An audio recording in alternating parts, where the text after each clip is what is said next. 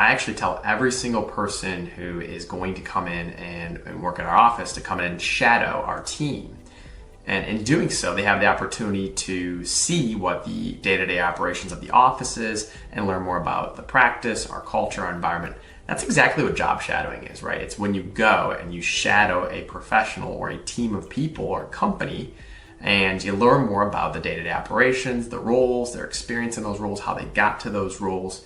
So job shadowing is a fantastic tool that you have in your toolbox to really learn more about what you want to do in life or more about a role that you're about to get into. Tip number 1, find somebody that you trust in the field that you want to be in shadow. And this sounds easier than it really may be. I recommend starting with family, friends, people in your neighborhood or community, but you really want to trust the person that you're shadowing, and they have to trust you because they're letting you into their professional life. Tip number 2, confirm important details before you show up for shadowing. So where are you going to shadow? What time? For how long are you going to shadow? What do you need to wear? Do you need to wear a suit? Do you need to wear scrubs? That all depends.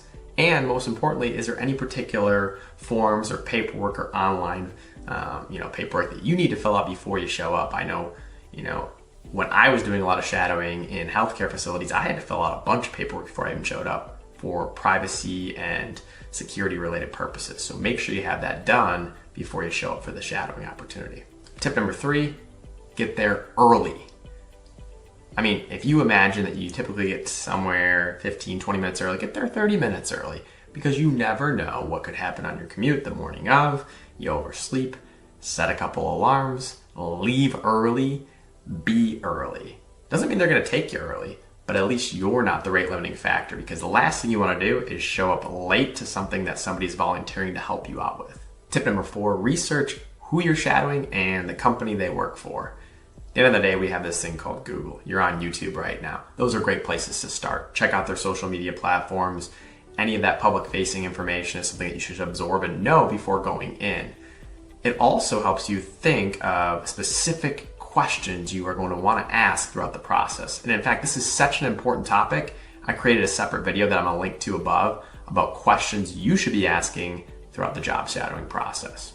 Tip number 5, enjoy the experience. Take it all in and make sure you take notes. So they're letting you into their professional life. You get to be in an environment that the vast majority of people really can't just walk right into. So once somebody allows you to come in and shadow them, enjoy that entire experience. Make sure you soak it all in. Take notes on a piece of paper, right? Don't go in and just start texting on your phone or typing on your phone and it looks like texting.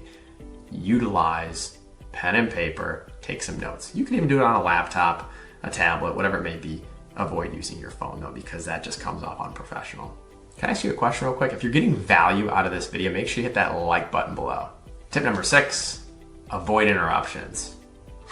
Remember I just talked about this guy right here, the cellular device? Put it away. Put it away, put it away, put it away. You should not be messaging other friends. You should not be taking anything for your social media, videos, pictures, unless they say, hey, you're welcome to take a picture or a video of this experience. Your phone should be out of sight and out of mind. It just comes off completely unprofessional.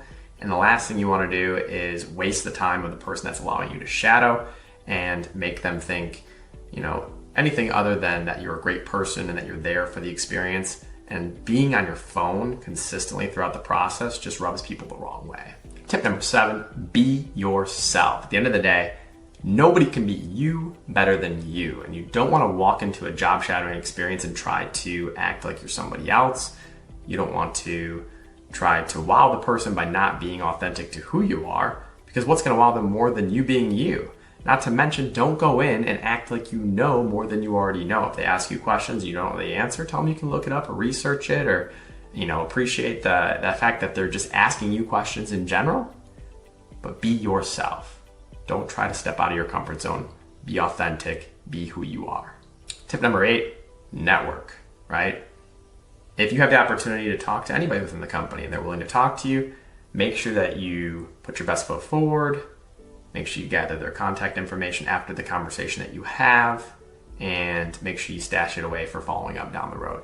This is a great time to talk to other people within a potential field that you are interested in and learn more about them and build that relationship. That is invaluable. Tip number 9, be kind and respectful. At the end of the day, even if you realize it's not the right profession for you, go through the entire process and put your best foot forward. Be kind to who you're working with, and understand that you may run into them down the road in life, maybe outside of a professional setting, and you still want to have a good personal relationship, or at least not burn any bridges before that relationship even started. So be kind and respectful throughout the entire process. Tip number 10, follow up with a thank you. Be thankful for the opportunity to shadow somebody. That was a volunteer opportunity for them to have you come into their world and see what they do on a day-to-day basis. An email is great, or a text message, but really go above and beyond. A card you can reach out with.